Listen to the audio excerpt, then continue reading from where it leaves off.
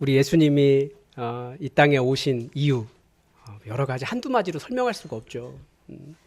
지금 이 대린절 기간을 통해서 우리 예수님께서 오신 이유에 대해서 우리 잠깐 살펴보고 있는데 아마 여러분이 다 아시는 거예요. 이미 가장 크게 우리 예수님은 십자가 위에서 우리의 모든 죄의 문제를 다 해결하셨습니다. 그 죄의 문제가 하나님과 우리 사이를 갈라놓는 일이기 때문에 가장 중요한 문제였기 때문에 예수님은 그 일을 해결하시려고 십자가에서 죽으셨습니다. 우리 인간은 나름대로 이 시대와 이 장소에서 선한 사람이 되려고 해요. 그런데 우리의 선함이 또 때로는 다른 곳 가면 선하지 않거든요. 우리 시대의 선함이 또 시대가 지나면 이게 선한 게 아닐 수도 있어요. 그래서 우리는 절대 아무리 내가 선한 사람이라고 할지라도 하나님의 눈에서는 절대 선한 사람이 아닙니다. 그래서 하나님 눈에는 죄인일 뿐이에요. 그래서 인간이 해결할 수 없기 때문에 하나님이신 예수님께서 오셔서 죄의 문제를 해결하신 것입니다. 그래서 우리가 구원받은 이유는 나의 의 때문이 아니라 우리 주님 예수 그리스도의 의 때문이고, 나의 공로, 즉 내가 잘해서가 아니라 우리 주님 예수 그리스도의 십자가의 공로다라고 우리는 이야기하는 거예요. 아멘.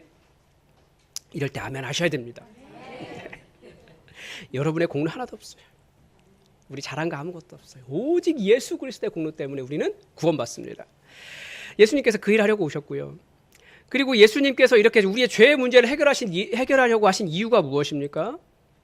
오늘 17절에 보면 그런 말씀이 나와요. 이로써 사랑이 우리에게 온전히 이루어진 것은 우리로 심판날의 담대함을 가지게 하려 함이니 라는 말씀을 하세요. 무슨 말이냐면 하나님은 우리와 영원히 살려고 하신 거예요. 그런데 우리가 죽는다는 거죠. 주님 다시 오시는 날 분명히 심판이 있을 텐데 그 날의 심판에서 죄의 그 염소로 가지 않고 양의 자리로 갈 수 있는 담대함을 우리가 어디서 얻겠습니까? 나의 공로에서가 아니라 예수 그리스도께서 오셔서 우리를 구원하셨기 때문에 우리가 그 마지막 날 심판 자리에서 영생의 생명의 부활로 일어날 수 있다라고 하는 것이 이 믿음 안에 있는 소망입니다. 그래서 우리는 마지막 날 두려워하지 않아요. 그 심판 날에 어떤 일이 날지 불안하지 않아요. 왜요? 나의 의가 아니라 예수 그리스도의 십자가의 의가 있기 때문에, 우리 예수님이 그것 때문에 오셨다라는 거예요. 그리고 또 우리 예수님께서 오신 이유는, 우리 여러분 세상 한번 이렇게 쫙 둘러보십시오. 너무나 하나님께서 아름답게 창조하셨는데 너무나 많이 깨어져 있어요. 이 세상이 얼마나 어렵습니까? 하나님께서 다스리시는 하나님의 통치가 있어야 되는데 하나님의 뜻대로 통치가 되지 않는 세상이에요.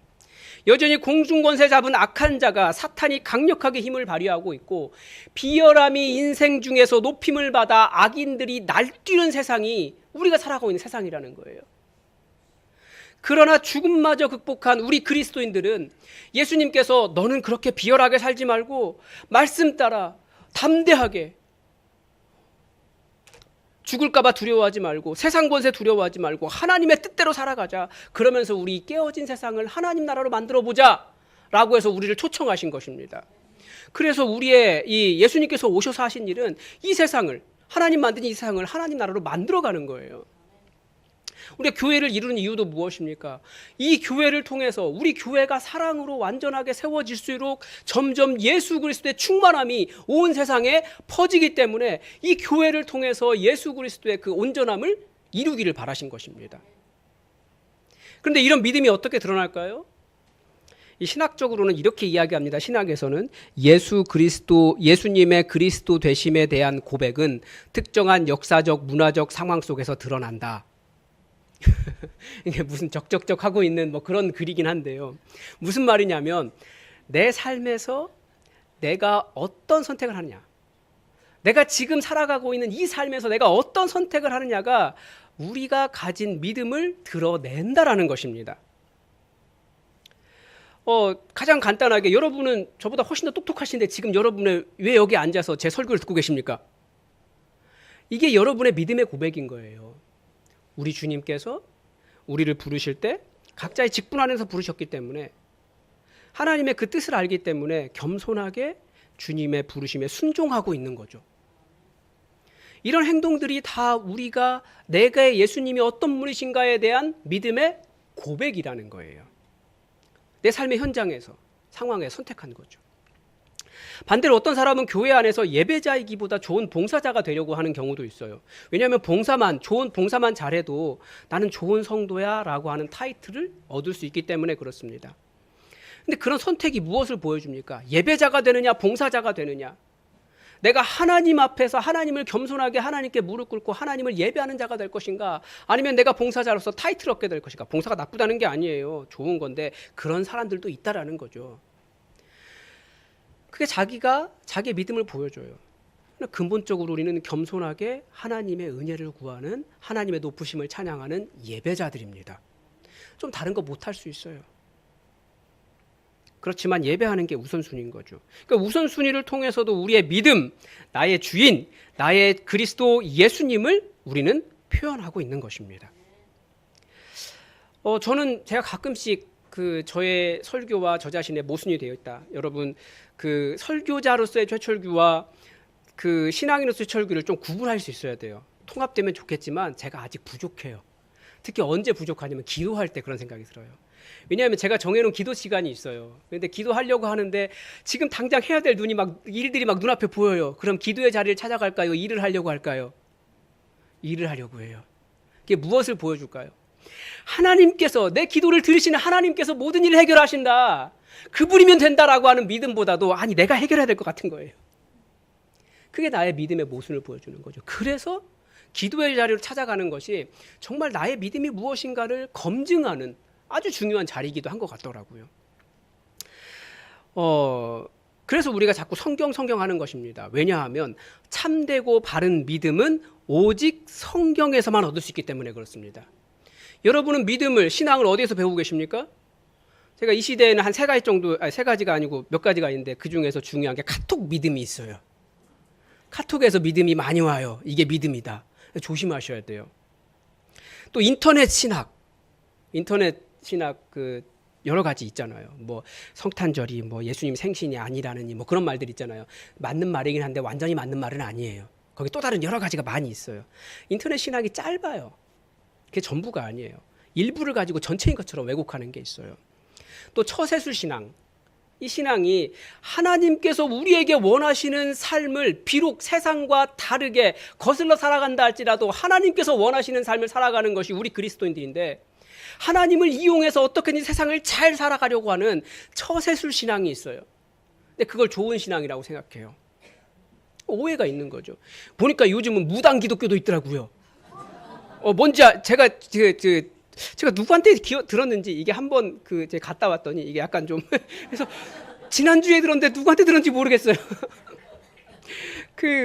담임 목사님 사모님께 자기 자녀 대학 입시 기도를 부탁을 드렸는데 원하는 대학에 못 간 거예요. 그래서 그 성도님이 우리 사모님은 영빨이 없어 라고 말하며 이야기하고 다녔다는 거예요. 그래서 이게 뭔 무당 같은 이야기예요. 그게 우리 신앙이 잘못될 수 있는 거예요. 그게 바로 그런데 자신이 선택하고 있는 자기의 상황과 환경 속에서 자신이 드러내고 있는 그리스도에 대한 그의 믿음이었다라는 거예요. 예수님은 바로 우리의 이런 일상의 삶의 선택이 달라지게 하려고 이 땅에 오신 분이십니다. 우리의 믿음은 우리의 일상에서, 그러니까 여러분의 상황에서, 지금 나의 중요한 선택에서 내가 어떻게 그리스도를 선택하느냐, 말씀을 따라 사느냐, 이것이 고백이라는 거죠. 그런데 우리가 잘 알지만 사실 이게 굉장히 어렵습니다. 다 아시겠지만 어쩔 수 없이 잠깐 말씀을 드리면, 제가 지지난주인가요? 벌써 이렇게 좀 큰일을 겪었습니다. 제가 일부 예배 때 설교를 해보니까 다들 이렇게 이것까지는 아니고 이렇게 좀 잠잠하시더라고요. 왜 그랬나 보더니 저보다 먼저 중환자실 다녀오신 선배님들이 여러 분 계시더라고요. 그러니까 좀 그러셨는데 월요일부터 약간 좀 이상했어요. 죄송하지만 좀 이해하고 들어주십시오. 이제 주일날 1, 2, 3부 하고 청년부 하고 운영위원회 하고 운영위원회 식사하고 또 차 마시고 또 밤에 들어가서 새벽 설교 준비하고 그렇게 또 새벽에 나오고, 그러니까 이제 월요일에 완전히 이제 파김치가 된 거예요. 그런데 이제 밥이 안 들어가더라고요, 속에. 그리고 이제 그때부터 이상했던 거예요. 물만 마셔도 이게 토하는 거예요. 그러니까 탈수 증세가 굉장히 심각했죠. 그래서 너무 힘들어서 수요 기도회를 마침 원주에서 이준호 목사님, 성서 유니온 이준호 목사님 모셨길래 부탁드리고 집 앞에 있는 내과에 갔어요. 꼭 그 링거를 맞으라고 어떤 권사님 말씀하셔서 링거를 맞으러 갔는데 마침 또 수요일 오후에 그 내과가 쉬는 날인 거예요. 그런데 그 내과를 가는 사이에 다리가 쥐가 나고 뭐 걸을 수가 없는 거예요. 이미 몸이 굉장히 힘들었던 거죠. 간신히 집에 돌아와서 그 옆에 있는 내과에 못 가겠더라고요. 더 이상. 자는데 아무것도 안 먹었으니까 인슐린을 안 맞았고 그래도 이렇게 그 너무 안 먹을 수 없으니까 이것도 인터넷 의학이에요. 조심하셔야 돼요. 저기 꿀물이 꿀이 당뇨 환자에게 그 해가 없다라고 말하는데 아니더라고요. 그래서 저도 많이 먹은 것도 아니에요. 지치지 않을 정도만 약간만 꿀을 먹었는데 그게 이제 그 밤에 인슐린도 안 맞았지. 분명히 재고 자서 괜찮은 범위 안에서 잤는데 밤에 이게 난리가 난 거예요. 고혈당이 돼버린 거죠. 그래서 이게 숨이 그때 이미 몸이 산성화된다고 하더라고요. 산성화돼서 숨이 이렇게 한번 깊이 들어가잖아요. 근데 깊이 안 들어가요. 여기서 아파요. 엄청 아파요, 숨이. 그래서 119에 전화해서 요즘 응급실 안 받아준다는데 제가 지금 이런데 응급실 가야 되냐고 그랬더니 가셔야죠. 주소가 어떻게 되세요? 그래서 119에서 선생님이 말씀해 주셔서 응급실에 간 거예요. 저는 응급실이라고 생각했는데 사실은 그 이렇게 막 저는 몰랐는데 갑자기 막 옷 다 찢고 막 난리가 아니더라고요. 여기 막 뚫고 여기 막 온몸에 한 5군데 뚫는 것 같아요. 여기 저기 막 해가지고 엑스레이 찍는다고 그러더라고요. 몸을 펴래요. 근데 이게 너무 아파서 숨이 안 쉬어지는데 몸을 펴래니까 몸을 펴고 몸 못 피겠어요 하고 기절했어요. 그리고 아마 그 맥박이 이렇게 너무 떨어져서 그 심폐소생술 직전까지 갔다 한 2번 정도 그랬다 그러더라고요. 그러니까 저기 이미 선배님들 계시지만 이렇게 살짝 그 요단강에 발 담그고 왔습니다. 이준호 목사님이 어떻게든 웃기라 그래가지고. 네. 그러니까 평소에는 문제가 없었는데 문제가 되려니까 그렇게 되더라고요. 그 얼마 전에 김수미 선생님 돌아가셨는데 똑같은 증상이다 그러더라고요. 위험하긴 했었나 봐요. 근데 어쨌든 목사로서 왜 이런 일이 일어났는지, 제가 들어야 할 하나님의 뜻이 무엇인지, 하나님께서 앞으로 어떤 일을 하실지 막 이런 생각들이 굉장히 복잡한 그런 시간을 보냈습니다. 우선 중환자실과 병실에 있어 보니까 제게 눈에 딱 띄는 게 있었어요. 이게 누구냐면 간호사들이 거기 엄청 많더라고요. 제가 무슨 생각했을까요? 너무 발랄하고 예쁜 간호사들이 남녀를 가릴 것 없이 다 모여 있는 거예요. 그리고 일반 병실에 갔더니 얼마나 간호사들이 저에게 예뻐 보였냐면 제가 이제 사진을 보니까 할아버지처럼 누워 있긴 하더라고요. 근데 다 이렇게 7, 80대 할아버지들이 누워 계시니까 간호사들이 아무 생각 없이 할아버지 하고 저를 부르는 거예요.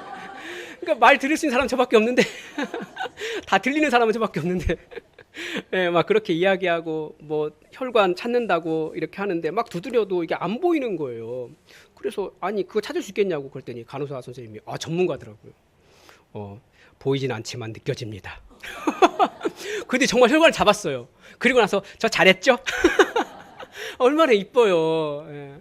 그리고 일반 병실에 갔더니 이제 밤새 간호하신 간호사분들이 이게 폐기물, 의료 폐기물 있잖아요. 이거 짊어지고 그냥 이렇게 버켓으로 돼 있으니까 들고 가면 되거든요. 아니, 이게 짊어지고 이제 퇴근한다.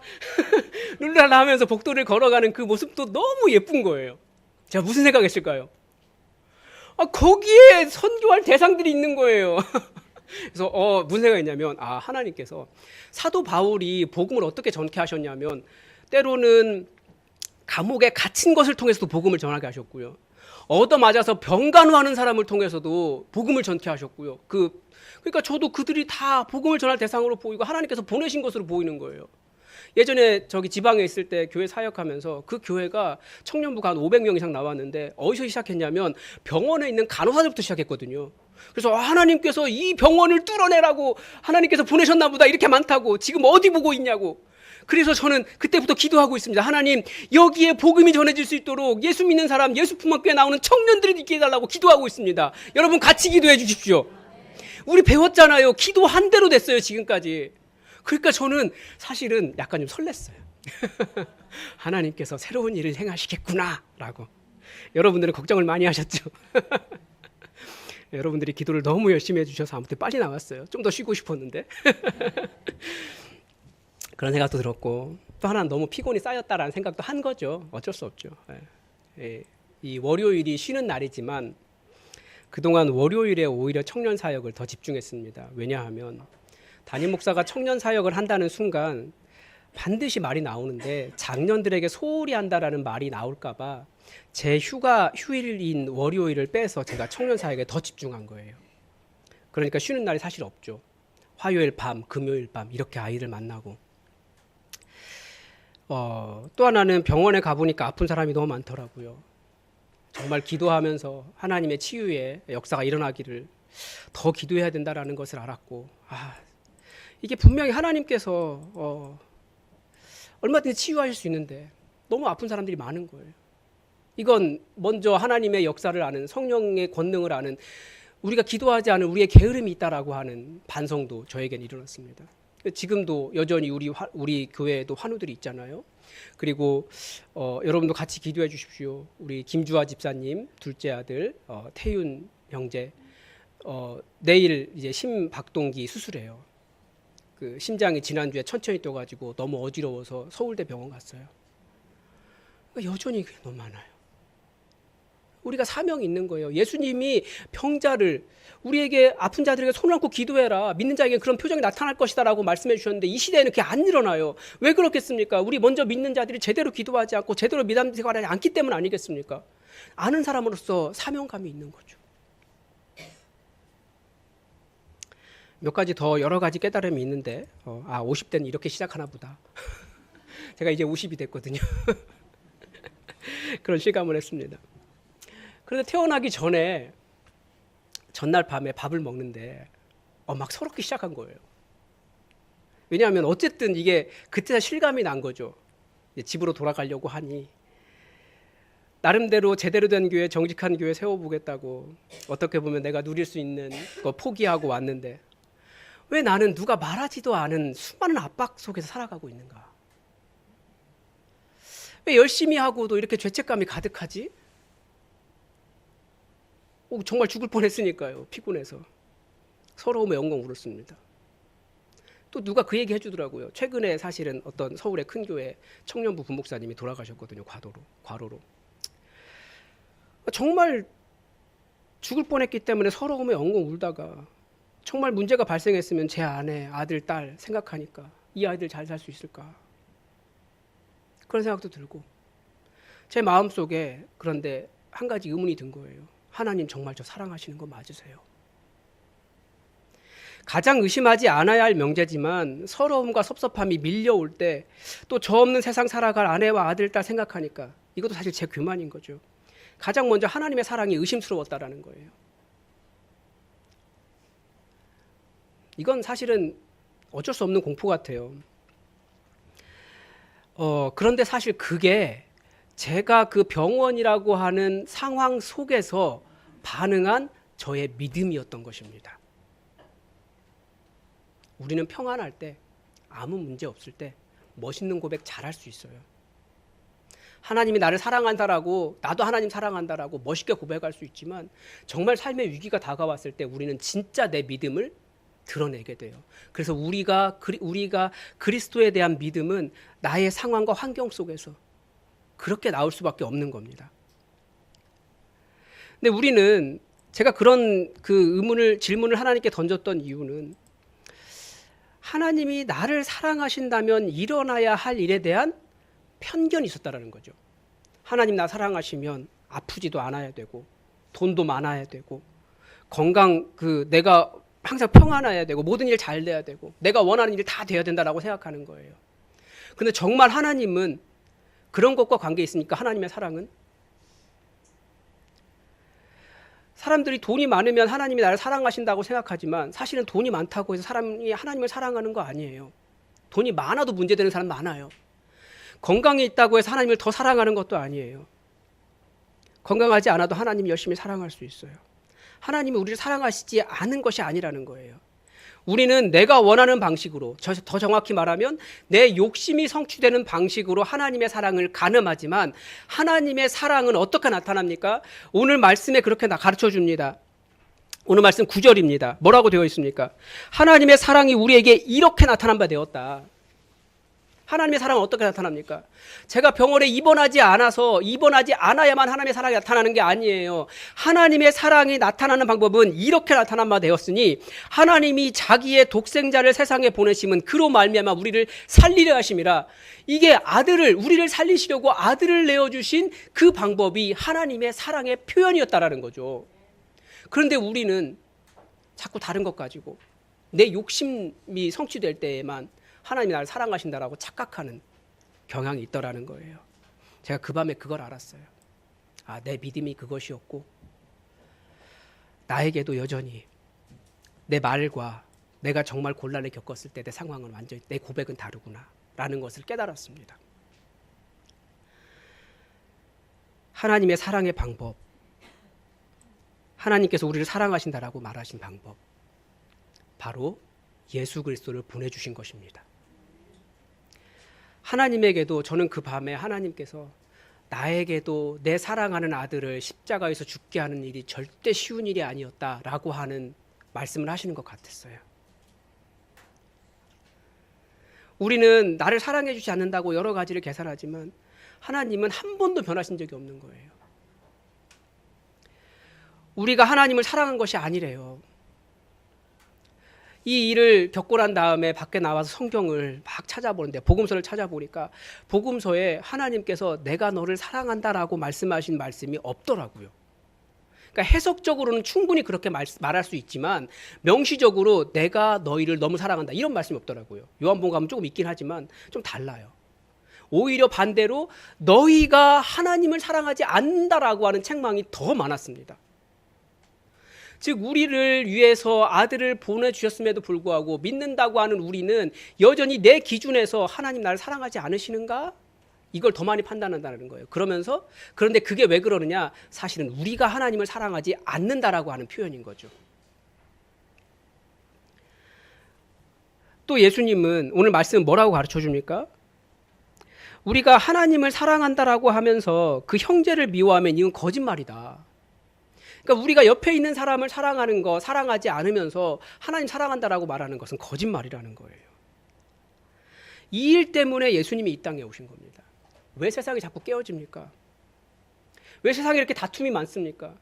왜 세상에 비열함이 이렇게 준동을 합니까? 왜 이렇게 전쟁이 많습니까? 그런 세상 속에 하나님의 사랑이 무엇인지 보여주시려고 예수님이 오셨고 예수님은 변함없이 우리의 이런 요란한 세상 속에서도 우리를 향한 사랑이 변함이 없고 그렇기 때문에 그런 사랑으로 서로 사랑하며 이 땅에 하나님의 나라를 세워가라라고 이것을 보여주시기 위해서 예수님께서 오셨다라는 것입니다.